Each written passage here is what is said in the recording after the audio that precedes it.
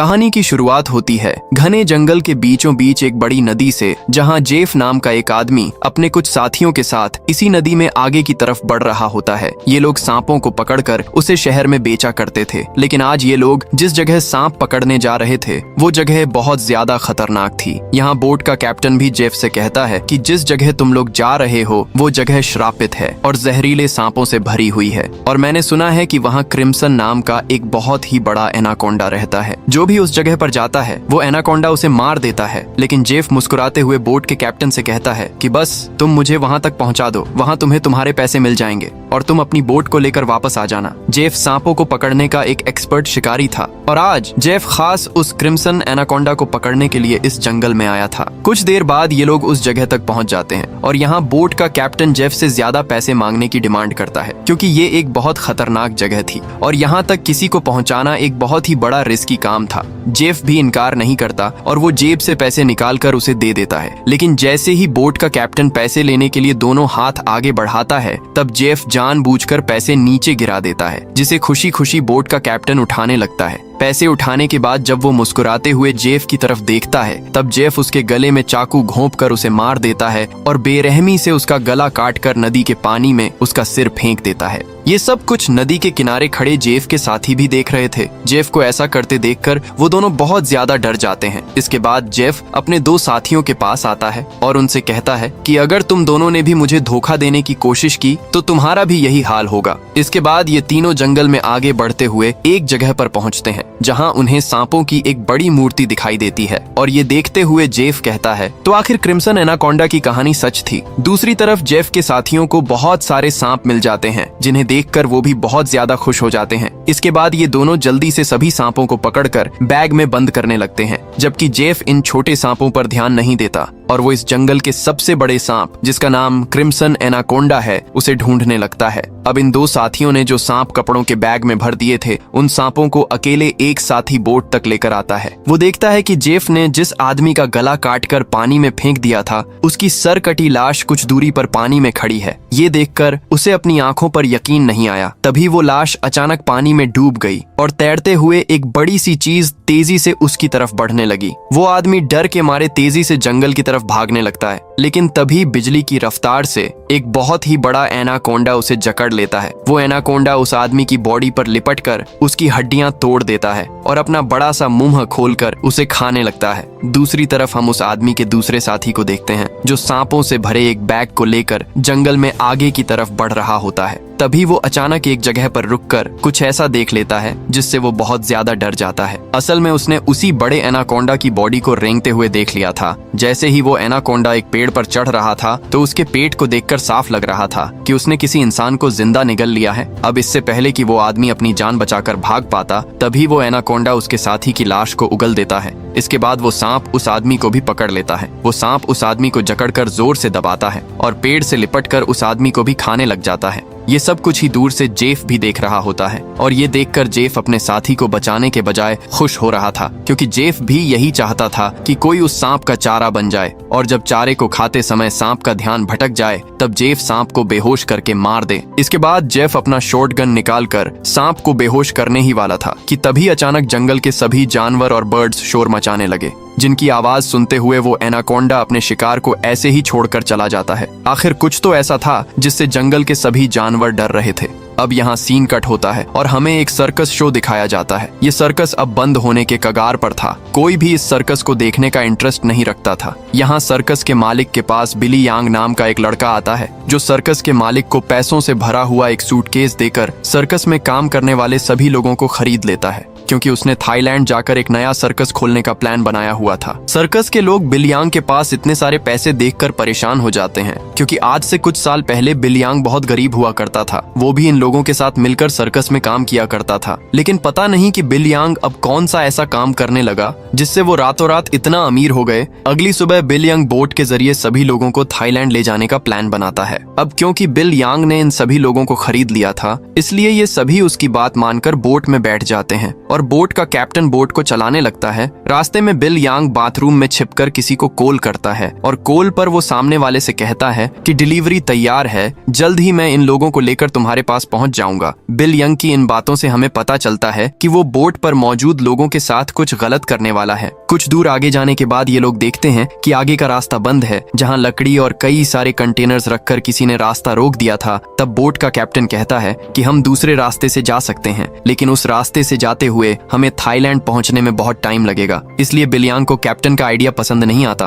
वो कैप्टन को धमकी देता है कि जो भी हो हमें वक्त पर थाईलैंड पहुंचना है, क्योंकि वहां हमारा शो है जिसके पैसे मैं एडवांस ले चुका हूं। अगर हमने शो नहीं किया तो हम बर्बाद हो जाएंगे। कैप्टन कहता है कि अगर तुम लोग लंबे रास्ते से नहीं जाना चाहते तो फिर हमारे पास यही एक रास्ता है। वो कहता है कि हम इन सारी चीजों को बॉम्ब से उड़ा देंगे और अपना रास्ता बनाकर यहाँ से निकल जाएंगे। बिली यंग को कैप्टन की बात ठीक लगती है और वो इसके लिए तैयार हो जाता है, लेकिन उन्हें पता नहीं था कि ये लोग कितनी बड़ी गलती करने जा रहे हैं। इसके बाद ये लोग कंटेनर्स के पास बॉम्ब रखते हैं और फिर उन्हें रिमोट से उड़ा देते हैं। ऐसा करने से उनका रास्ता तो साफ हो गया, लेकिन धमाके की वजह से ढेर सारे सांप उनके बोट पर गिर जाते हैं, क्योंकि उन सभी कंटेनर्स में सांप भरे थे। डर के मारे ये लोग यहाँ वहाँ भागने लगते हैं। अब पूरी बोट सांपों से भर चुकी थी और ये सांप बोट पर मौजूद लोगों को डसने लगते हैं। यहाँ लेनी नाम की एक लड़की समझदारी से काम लेते हुए पाइप के जरिए प्रेशर से पानी खोल देती है और अपने आसपास जितने भी सांप होते हैं सबको बोट से नीचे पानी में गिरा देती है। बिल यांग डर के मारे बोट के बाथरूम में छिप जाता है, लेकिन तभी अचानक बाथरूम की छत टूट जाती है और बहुत सारे सांप बिल यांग के ऊपर गिर जाते हैं। उनसे बचने के लिए वो नदी में कूद जाता है और तैरते हुए किनारे तक पहुंचता है, लेकिन वहां पर भी एक किंग कोबरा उसके सामने आ जाता है। अब इससे पहले कि वो किंग कोबरा बिली को काट पाता, तभी कोई आदमी सांप पर पैर रखकर उसे कुचल देता है और बिली यांग की जान बचा लेता है। ये इंसान कोई और नहीं बल्कि जेफ था। अब जेफ ने बिली की जान बचाई थी, इसलिए बिली उसे अपने बोट पर ले आता है। जेफ यहाँ सभी से झूठ कहता है कि मैं एक वाइल्ड एक्सप्लोरर हूँ और एक एक्सीडेंट की वजह से यहाँ जंगल में फंस गया हूँ। तभी सर्कस के एक आदमी जिसका नाम जियाऊ है, उसके कान में तेज दर्द होने लगता है। दर्द इतना ज्यादा था कि वो नीचे गिर जाता है। जब जेफ उसके कान में गौर से देखता है तो उसे पता चल जाता है कि जियाऊ के कान में तकलीफ क्यों हो रही है। इसके बाद जेफ अपनी उंगली पर एक कट लगाकर उसे जियाऊ के कान के पास ले जाता है और तभी जियाऊ के कान से एक पतला जहरीला सांप निकलकर जेफ की उंगली को काट देता है। लेकिन सांप के काटने के बावजूद जेफ को कुछ नहीं होता और वो उस पतले सांप को पानी में फेंक देता है। ये देखकर लेनी बहुत हैरान हो जाती है और सोचने लगती है कि आखिर सांप के काटने के बाद भी जेफ पर जहर का असर क्यों नहीं हुआ। लेनी भी सांपों के बारे में जानकारी रखती थी। वो जानती थी कि एक सांप के जहर से इम्यून होने के लिए इंसान को बहुत सारा सांप का जहर अपने शरीर में डालना पड़ता है, तब जाकर उस इंसान पर सांप के जहर का असर नहीं होता। ये सारी चीज वो बिली यंग को भी बताती है और कहती है, मुझे जेफ ठीक नहीं लग रहा। तुमने भी देखा कि सांप ने उसे उंगली पर काटा, लेकिन जेफ को कुछ नहीं हुआ। लेकिन बिल यंग लेनी की बातों पर ध्यान नहीं देता और कहता है कि हमें जेफ का शुक्रिया अदा करना चाहिए, क्योंकि उसने मेरी और हमारे एक साथी की जान बचाई है। दूसरी तरफ जेफ इस बोट के कैप्टन से मिलता है। जेफ बोट के कैप्टन को ढेर सारे पैसे देकर एक नक्शा दिखाता है और बोट के कैप्टन से कहता है कि अगर तुमने मुझे नक्शे पर बताई गई जगह पर पहुंचाया तो मैं वहां पहुंचकर तुम्हें और भी ढेर सारे पैसे दूंगा। कैप्टन उस जगह का नाम सुनते ही बंदूक उठाकर जेफ पर तान देता है। वो कहता है कि अगर दोबारा तुमने वहां जाने की बात की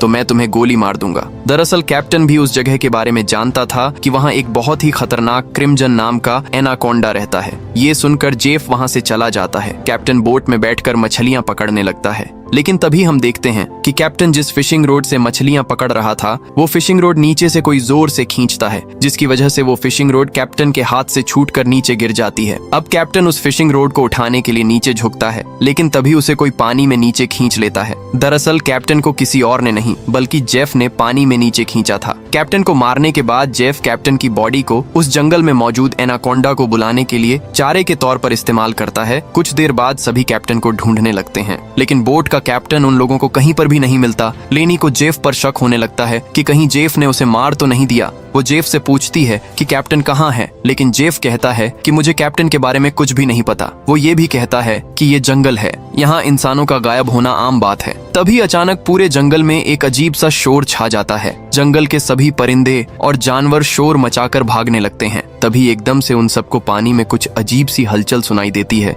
एक साथी कहता है कि ये आवाज कैसी है। तब जेफ खुश होकर कहता है कि कुछ बड़ा आने वाला है। जेफ की खुशी से ये साफ जाहिर हो रहा था कि जैसे वो इस आने वाले खतरे का इंतजार कर रहा था। तभी हम देखते हैं कि नदी की गहराई में एक बहुत ही बड़ा अनाकोंडा जेफ के लगाए जाल की तरफ बढ़ रहा है। जेफ का लगाया हुआ फिशिंग रोड जोरों से नीचे की तरफ खींचता है। अब जेफ एनाकोंडा को पकड़ने के लिए फिशिंग रोड को पकड़ने की कोशिश करता है, लेकिन वो एनाकोंडा इतनी आसानी से जेफ के जाल में कहां फंसने वाला था। तभी वो एनाकोंडा उनके सामने आ जाता है। ये एनाकोंडा आकार में बहुत बड़ा और बेहद डरावना था, जिसे देखकर सबके गले में सांसें अटक जाती हैं। जेफ ने जो फिशिंग रोड की रस्सी पकड़ी हुई थी, एनाकोंडा उस रस्सी को जोर से खींचता है, जिससे जेफ नीचे पानी में गिर जाता है। वो एनाकोंडा जेफ को पानी में इधर उधर पटकने लगता है, लेकिन जेफ इतनी आसानी से हार मानने वाला नहीं था। वो खुद को बचाने के लिए तैरते हुए उसी नदी में मौजूद एक छोटी बोट पर चढ़ जाता है और एनाकोंडा को पकड़ने वाले जाल की रस्सी को उसी बोट से बांध लेता है। अब वो बोट पर खड़े होकर एक नुकीले औजार से उस एनाकोंडा पर वार करता है, लेकिन उस वार से एनाकोंडा पर कुछ ज्यादा असर नहीं होता।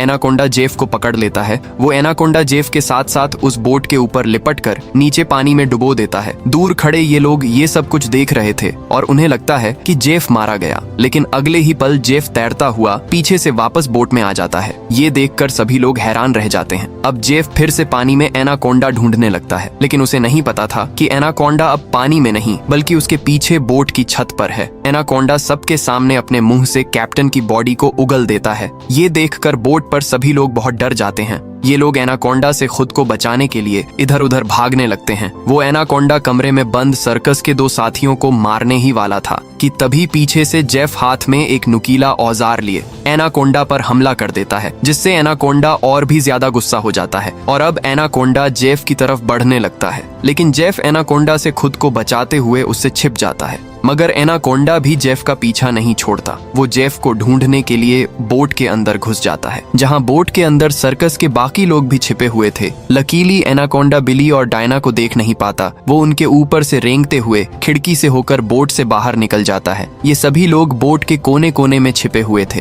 एनाकोंडा इन लोगों को ढूंढते हुए जब बाथरूम की तरफ जाता है तो वो एक बच्चे और जियाऊ को देखता है। एनाकोंडा तुरंत उन दोनों पर हमला कर देता है, लेकिन ये दोनों खुद को बचाते हुए वहां से निकल जाते हैं। अब उनके पास लेनी भी पहुंच जाती है। जैसे ही एनाकोंडा लेनी पर हमला करता है, तब जियाऊ समझदारी से काम लेते हुए एनाकोंडा के सिर के आगे एक मटका लाता है, जिससे एनाकोंडा का सिर मटके के अंदर फंस जाता है। मटके से अपना सिर निकालने के लिए एनाकोंडा तड़पने लगता है और इसी हलचल में यहाँ पर केरोसिन ऑयल का गैलन गिर जाता है। एनाकोंडा अपने सिर से मटके को निकालने के लिए पूरी तरह से बेकाबू हो जाता है। वो यहाँ वहाँ खुद को मारता है और आखिर में वो अपने सिर को बोट से पटककर मटके को तोड़ देता है, जिससे उसका सिर आजाद हो जाता है। लेकिन आजाद होते ही पीछे से जेफ एनाकोंडा के गले में रस्सी का फंदा डाल देता है। इससे पहले कि जेफ उस एनाकोंडा को पकड़ पाता, तभी नीचे केरोसिन ऑयल गिरने की वजह से बोट में आग लग जाती है और आग धीरे धीरे बढ़ते हुए बोट में रखे बमों तक पहुंच जाती है, जिससे बोट में ब्लास्ट होने लगते हैं। तभी बोट में एक बहुत ही बड़ा ब्लास्ट होता है। अब बोट पर मौजूद सभी लोग खुद को बचाने के लिए पानी में कूद जाते हैं, लेकिन जेफ ने एनाकोंडा के गले में रस्सी बांधी थी, जिस वजह से वो भाग नहीं पाता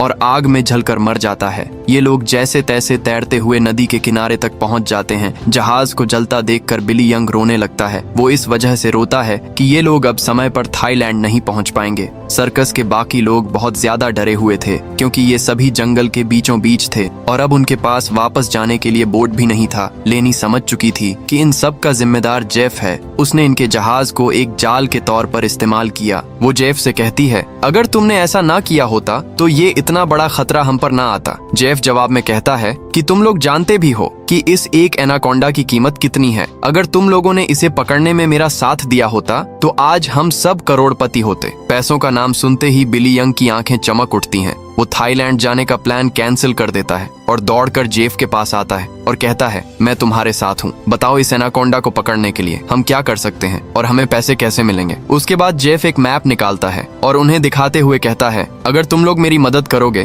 तो इस मैप के जरिए मैं तुम्हें एक दिन के अंदर थाईलैंड पहुंचा दूंगा। अब यहाँ बिली यांग और टीम के बाकी लोग जेफ के बोट तक जाने के लिए मान जाते हैं, लेकिन लेनी को जेफ पर बिल्कुल भी भरोसा नहीं था, इसलिए वो वहाँ जाने से इनकार कर देती है। तभी सर्कस टीम की एक लड़की की तबीयत अचानक खराब होने लगती है। जब बिल यंग उसके कंधे को देखता है तो उन्हें पता चलता है कि उस लड़की को एक बहुत ही खतरनाक मकड़ी ने काटा है, जिसके जहर से वो मर भी सकती थी। ये देखकर जेफ वहाँ पर मौजूद सभी लोगों से कहता है, मेरे पास एक ऐसी दवाई है जिससे उस लड़की का इलाज हो सकता है, लेकिन वो दवाई मेरे बोट में रखी गई है। अगर तुम इसका इलाज करना चाहते हो तो तुम्हें मुझे मेरी बोट तक पहुँचाना होगा। अब ना चाहते हुए भी लेनी जेफ के साथ चलने को तैयार हो जाती है। कई घंटों के सफर के बाद जब एक साथी नदी का पानी पीने लगता है तब जेफ उसे रोक देता है और जेफ सभी से कहता है, यहाँ का पानी कभी भी मत पियो। यहाँ के पानी में ऐसे कीड़े हैं जो पानी पीते समय इंसान के अंदर चले जाते हैं। इसके बाद वो कीड़े उस इंसान के अंदर ऐसी प्यास लगाते हैं कि वो पानी पीते पीते खुद को नदी में डुबाकर मार देता है। रास्ते में इन लोगों को भूख लग जाती है। तब जेफ पास के पत्थरों से एक सांप पकड़ता है और फिर ये लोग सांप का जहर निकालकर उसे पकाते हैं और उसे खाकर गुजारा करते हैं। इसके बाद ये लोग फिर से अपना सफर जारी रखते हैं। कुछ देर बाद रात हो जाती है। रात को ये लोग पहाड़ के एक सुरंग में रुकते हैं जहाँ ये लोग आग जलाते हैं और जेफ साइड पर बैठा अपनी मैप पर बने हुए एनाकोंडा को देख रहा था। जेफ उस समय के बारे में सोचता है जब वो एनाकोंडा उसके सामने आया था। वो एनाकोंडा जेफ को मारने ही वाला था, लेकिन जेफ समझदारी से काम लेते हुए एक लकड़ी की बॉक्स में खुद को छुपा देता है। वो बॉक्स एक ढलान में रखी हुई थी, इसलिए जेफ बॉक्स को धक्का देकर रगड़ते हुए नीचे नदी तक पहुंच जाता है। अब जेफ इस बॉक्स से खुद को निकालने की कोशिश तो करता है, लेकिन बदकिस्मती से जेफ उस बॉक्स में हमेशा के लिए बंद हो गया और काफी समय तक जेफ उसी बॉक्स में फंसा रहा। जिसके बाद ये लोग आते हैं। इन लोगों ने रास्ता खोलने के लिए डायनामाइट लगाकर कंटेनर तोड़ दिए, जिसमें से जेफ बाहर निकल गया और उनके साथ मिल गया। सीन फिर से प्रेजेंट में आता है जहाँ जेफ इस मैप को देख रहा था। तभी बिल यांग उसके पास आता है और कहता है, तुम उसी एनाकोंडा को पकड़ना चाहते हो ना? जेफ कहता है, हाँ, ये एक बहुत ही बड़ा एनाकोंडा है, एक ऐसा एनाकोंडा जो इस पूरे जंगल का राजा है। यहाँ के सभी जानवर इस एनाकोंडा से डरते हैं। इसने दुनिया के बड़े बड़े शिकार किए हैं, यहाँ तक कि इसने अपने ही जैसे बड़े बड़े एनाकोंडा को मार गिराया। और अगर हम उसे पकड़ने में कामयाब हुए तो हम रातों रात मिलीनियर बन जाएंगे। पैसों का सुनते ही बिल यंग कहता है, मैं आपके साथ उस एनाकोंडा को पकड़ने के लिए तैयार हूँ। अब काफी रात हो जाती है और ये सभी लोग सो जाते हैं। तभी सर्कस के एक साथी की किसी अजीब सी आवाज से आंख खुलती है। वो देखता है कि उसका भाई यहाँ नहीं है। अपने भाई को ढूंढते हुए वो उस सुरंग से बाहर आया और उसे ढूंढते हुए नदी के पास जाता है, जहाँ वो देखता है कि उसका भाई अपने आप को नदी के पानी में डुबाने की कोशिश कर रहा है। ये आदमी उसे ऐसा करने से रोकता है, पर उसका भाई इसकी कोई बात नहीं सुनता। और तब वो देखता है कि उसके भाई की नाक से कुछ अजीब से कीड़े निकल रहे हैं, जिसे देखकर वो समझ जाता है कि इसने इस नदी का पानी पी लिया है। जो कि जेफ ने बताया भी था कि इस नदी का पानी पीने के बाद उस पानी के अंदर मौजूद कीड़े उस इंसान को इतनी प्यास लगा देते हैं कि वो इंसान खुद को उस पानी के अंदर डुबाने पर मजबूर हो जाता है। और ठीक ऐसा ही होता है। अपने भाई को मरा हुआ देखकर ये आदमी बहुत ज्यादा रोता है और वापस सुरंग में आ जाता है। अगली सुबह ये लोग दोबारा अपने सफर पर निकल जाते हैं। कई घंटों का सफर तय करने के बाद ये लोग एक नदी के पास पहुंच जाते हैं और अब इन लोगों को अपनी मंजिल तक पहुंचने के लिए उस नदी में से होते हुए पैदल जाना पड़ेगा। अब ये लोग पहले तो उस नदी में उतरने से काफी ज्यादा डर रहे थे, लेकिन कोई दूसरा रास्ता ना होने की वजह से मजबूरन इन लोगों को उस नदी में उतरना पड़ता है। थोड़ा ही आगे जाने के बाद अचानक एक लड़का नीचे की तरफ इशारा करता है और हम देखते हैं कि इन लोगों को एक बड़े एनाकोंडा ने चारों तरफ से घेर लिया है। इनका एक साथी जिसका भाई रात को ही मरा था, वो डर के मारे सबके पीछे आ रहा था, लेकिन तभी पीछे से एक बड़ा एनाकोंडा उस पर हमला कर देता है और उसे बुरी तरह से जकड़ लेता है। लेनी उसकी मदद करने के लिए आगे बढ़ती है, पर वो ज्यादा कुछ नहीं कर पाती क्योंकि उसके पहुंचने से पहले ही एनाकोंडा उस आदमी की हड्डियों को तोड़ चुका था और फिर वो एनाकोंडा उस आदमी को अपने साथ पानी में डुबा देता है। अब ये लोग अपनी जान बचाने के लिए नदी में आगे की तरफ भागने लगते हैं। कुछ देर बाद आखिर ये सब लोग जेफ की बोट तक पहुंच जाते हैं, जहां जेफ अपने वादे के मुताबिक उन लोगों को उस लड़की के लिए एंटीडोट दे देता है जिसे कंधे पर जहरीली मकड़ी ने काटा था। अब यहाँ से थाईलैंड की जमीन भी काफी करीब थी और ये सभी थाईलैंड जाने के लिए निकलते हैं, लेकिन तभी जेफ उन लोगों को रोक देता है। दरअसल जेफ इसलिए इन लोगों को इस जगह पर लाया था ताकि वो इन लोगों को चारे की तरह इस्तेमाल कर सके। जेफ उन सब लोगों से कहता है कि मैं तुम सब लोगों को वादे के मुताबिक सही सलामत यहाँ तक ले आया हूँ, लेकिन अब तुम लोगों को भी अपना वादा पूरा करना होगा। तुम्हें मेरी मदद करनी होगी। तब वो छोटा बच्चा जेफ से कहता है कि अगर तुम्हारी ये मदद उस एनाकोंडा से जुड़ी है तो हम तुम्हारी कोई मदद नहीं करेंगे। इनकी ये बातें सुनते ही जेफ अपनी बंदूक निकाल लेता है और बिल यंग भी चाकू निकालकर उसका साथ देने लगता है। बिल यंग सभी से कहता है कि जेफ जो भी कह रहा है तुम्हें उसकी बात माननी चाहिए। यहाँ लेनी कहती है कि तुम लोग पागल तो नहीं हो गए हो, उस एनाकोंडा को पकड़ना बहुत मुश्किल है, क्यों तुम लोग अपनी जान से हाथ धोना चाहते हो? जेफ कहता है, हाँ, तुम ठीक कह रही हो, उस एनाकोंडा को पकड़ना मुश्किल तो है पर नामुमकिन नहीं, क्योंकि उस एनाकोंडा को खाते हुए जब उसका ध्यान भटक जाए तब उसे पकड़ा जा सकता है। उसके बाद बिल यांग और जेफ सर्कस टीम के 2 लोगों को रस्सी से बांधकर सांप का चारा बनाते हैं। वो बच्चा बिली यंग से कहता है, तुम ऐसा क्यों कर रहे हो? सोचो अगर हम लोग मर गए तो तुम्हारी सर्कस में कौन परफॉर्म करेगा? ये सुनकर बिल यंग जोर जोर से हंसने लगता है और उस बच्चे से कहता है कि क्या तुम लोगों ने कभी सोचा नहीं कि मैं इतनी जल्दी कुछ ही सालों में इतना अमीर कैसे हुआ? अरे पागलों, मैं तुम लोगों को थाईलैंड में सर्कस के लिए थोड़ी लेके जा रहा था। मैं तो तुम्हारी बॉडी के ऑर्गन्स को बेचकर बहुत सारा पैसा कमाने वाला था और यही मेरा बिजनेस है। लेकिन अब देखो, मैंने अपना प्लान चेंज कर दिया। अब मैं जेफ के साथ मिल गया हूँ, क्योंकि मैं जानता हूँ कि तुम्हारे बॉडी पार्ट्स से भी ज्यादा पैसे मुझे ये एनाकोंडा दे सकता है। दूसरी तरफ जेफ ने उन 2 लड़कियों को भी बांध दिया था और अब वो एक लड़की से बदतमीजी करने लगा था। अब यहाँ वो लड़की समझदारी से काम लेते हुए ऐसा दिखाती है कि वो जेफ का साथ देना चाहती है। जेफ उसकी चाल को समझ नहीं पाता। वो लड़की जेफ के करीब आकर जेफ के बालों में हाथ मारने लगती है और मौका मिलते ही वो लड़की जेफ की पॉकेट से गन निकालकर जेफ पर तान देती है। अब वो लड़की जैसे ही जेफ को शूट करती है तो बंदूक से गोली नहीं चलती, क्योंकि उसको बंदूक का लॉक खोलना नहीं आ रहा था। अब जेफ गुस्से में आकर उससे बंदूक छीन लेता है और उसी लड़की पर तान कर उसे मारने ही वाला होता है कि तब तक लेनी ने भी खुद को आजाद कर लिया था और वो एक शीशे के नुकीले टुकड़े से जेफ के पेट पर वार करती है। अब जेफ लेनी को धक्का देकर पीछे धकेल देता है, लेकिन तब वो दूसरी लड़की भी जेफ पर हमला कर देती है और पीछे से लेनी भी जेफ से बंदूक छीनने की कोशिश करती है। इसी हाथापाई में गोली चलने की आवाज आती है, लेकिन पता नहीं चल पाता कि ये गोली किसको लगी। दूसरी तरफ हम उन 2 लोगों को देखते हैं जिन्हें बिल यांग ने एनाकोंडा के लिए चारा बनाया था। वो दोनों बेचारे डर के मारे तड़प रहे होते हैं। कुछ देर बाद एक बड़ा सा एनाकोंडा उन दोनों को खाने के लिए धीरे धीरे उनकी तरफ बढ़ने लगता है,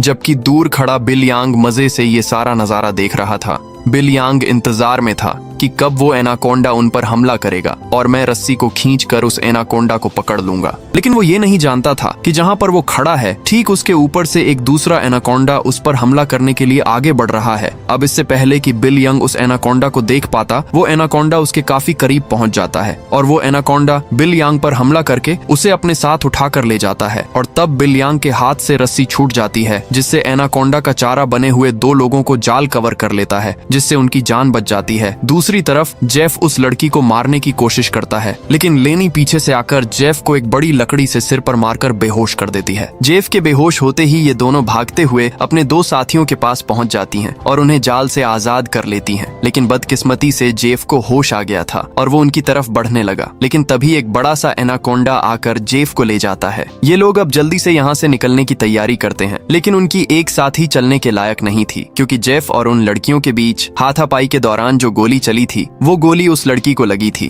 कुछ देर बाद वो लड़की उनकी नजरों के सामने दम तोड़ देती है। अब बचे हुए 3 लोग अपनी जान बचाने के लिए जेफ की बोट में बैठकर नदी से होते हुए यहाँ से निकलने लगते हैं, लेकिन तभी पीछे से जियाओ को कोई चीज लगती है। जब वो कंधे से उस चीज को उतार कर देखता है तो उसे पता चलता है कि ये एक बेहोशी वाला इंजेक्शन है। कुछ ही सेकंड बाद जियाओ बेहोश हो जाता है और जियाओ को बेहोश करने वाला कोई और नहीं बल्कि जेफ ही था, यानी उस एनाकोंडा के हमले से भी वो बच गया था और उसने एनाकोंडा का सिर काटकर उसे मार दिया था। अब जेफ उन तीनों को पकड़कर एनाकोंडा के चारे के लिए बांध देता है और उनके चारों तरफ तेज धार वाली लोहे की तार बांध देता है और साथ में वहाँ पर खून भी छिड़क देता है, जिसके बाद वो उनके जाल की रस्सी को पकड़कर यहाँ से कुछ दूर खड़ा हो जाता है। कुछ देर बाद कई सारे एनाकोंडास खून को सूंघते हुए उन तीनों की तरफ बढ़ने लगते हैं। ये तीनों बहुत ज्यादा डरे हुए होते हैं और उनको अपनी मौत आंखों के सामने नजर आ रही होती है। ये सभी एनाकोंडास उन तीनों को मारने के लिए उनके काफी करीब पहुंच जाते हैं, लेकिन तभी एक बार फिर से जंगल के सभी जानवर शोर मचाकर भागने लगते हैं और यहाँ पर मौजूद सभी एनाकोंडास भी किसी को देखकर एक एक करके भागने लगते हैं। लेकिन एक एनाकोंडा अभी भी उन तीनों को मारने के लिए रुका हुआ था, पर तभी वहाँ पर क्रिम्सन एनाकोंडा आ जाता है और वो उस अकेले रुके हुए सांप पर हमला करके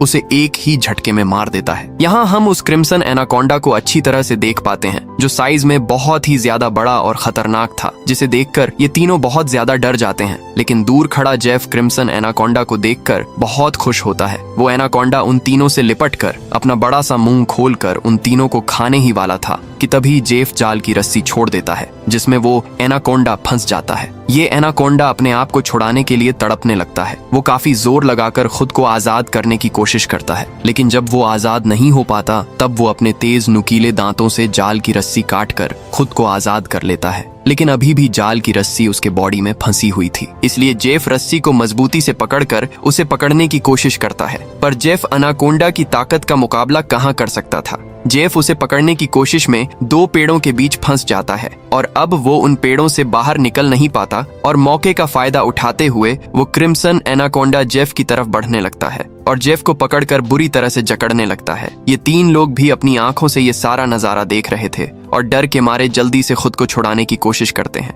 क्योंकि उन्हें पता था कि जेफ के बाद उनकी बारी है। ये लोग खुद को छुड़ाने का हर मुमकिन तरीका अपनाते हैं, लेकिन ये लोग उस जाल से निकल नहीं पाते। तभी वो छोटा लड़का अपने आप को बचाने के लिए अपने दांतों से जाल की रस्सी काटने में लग जाता है और काफी कोशिश के बाद वो रस्सी का कुछ हिस्सा काट लेता है। अब थोड़ी ही रस्सी बची थी, इसलिए वो अपने दांतों की पूरी ताकत लगाकर रस्सी को काटने लगता है, जिससे उसके दांतों से खून आने लगता है। यहाँ क्रिम्सन एनाकोंडा जेफ को बुरी तरह से जकड़ लेता है और वो जेफ को दबाकर उसकी हड्डियां तोड़ने लगता है, जिसके बाद वो क्रिम्सन एनाकोंडा जेफ को भी जिंदा निगल लेता है। दूसरी तरफ वो बच्चा अपने दांतों से रस्सी तोड़ने में कामयाब हो जाता है और वो उन दोनों को भी आजाद कर लेता है और ये लोग नदी की तरफ भागने लगते हैं। लेकिन जेफ को मारने के बाद अब वो क्रिम्सन एनाकोंडा उनके पीछे पड़ जाता है। ये दोनों एक पेड़ के पीछे छिप जाते हैं, जबकि वो बच्चा एक लकड़ी के बॉक्स के अंदर खुद को छिपा लेता है, पर एनाकोंडा उसे देख लेता है और अब वो एनाकोंडा धीरे धीरे उस बच्चे की तरफ बढ़ने लगता है। बच्चा पूरा जोर लगाकर उस कंटेनर से बाहर निकलने की कोशिश करता है, लेकिन उस कंटेनर के दूसरी तरफ का दरवाजा बंद था। वो बच्चा चिल्लाकर उन दोनों से मदद के लिए पुकारता है और वो एनाकोंडा भी अब बच्चे के काफी करीब आ चुका था। अब इससे पहले कि एनाकोंडा उस बच्चे को मार पाता, तभी बाहर से जियाऊ कंटेनर का दरवाजा तोड़कर उस बच्चे को बचा लेता है। अब ये तीनों फिर से अपनी जान बचाने के लिए एनाकोंडा से भागने लगते हैं, लेकिन ये पूरा जंगल उसी एनाकोंडा का था। इस जंगल में होते हुए ये लोग उससे बचकर नहीं जा सकते थे, इसलिए ये लोग एक पेड़ के पीछे छिप जाते हैं। पर तभी कुछ दूरी पर वो एनाकोंडा उन्हें देख लेता है। उन्हें देखते ही वो एनाकोंडा तेजी से उनकी तरफ आने लगता है। ये लोग खड़े होकर अपनी मौत का इंतजार करने लगते हैं, क्योंकि ये लोग जान चुके थे कि अब उनकी जान नहीं बच पाएगी। पर जैसे ही वो एनाकोंडा अपना बड़ा मुंह खोलकर उन पर हमला करता है, तभी एक मजबूत लोहे की नुकीली तार से उसका सिर बीच से कट जाता है। ये नुकीली तार असल में जेफ ने बिछाई थी, जिससे क्रिम्सन एनाकोंडा का खात्मा हो जाता है। ये लोग यकीन नहीं करते कि उनकी जान बच गई और ये लोग काफी देर तक उसकी बॉडी को देखते रहते हैं और फाइनली ये लोग जल्दी से उस जंगल को छोड़कर यहाँ से निकल जाते हैं और इसी सीन के साथ ये कहानी यहीं पर खत्म हो जाती है। दोस्तों, आपको वीडियो कैसी लगी? लाइक एंड कमेंट करके जरूर बताना। मिलते हैं अगली शानदार वीडियो में, तब तक के लिए सब्सक्राइब बटन दबा दो।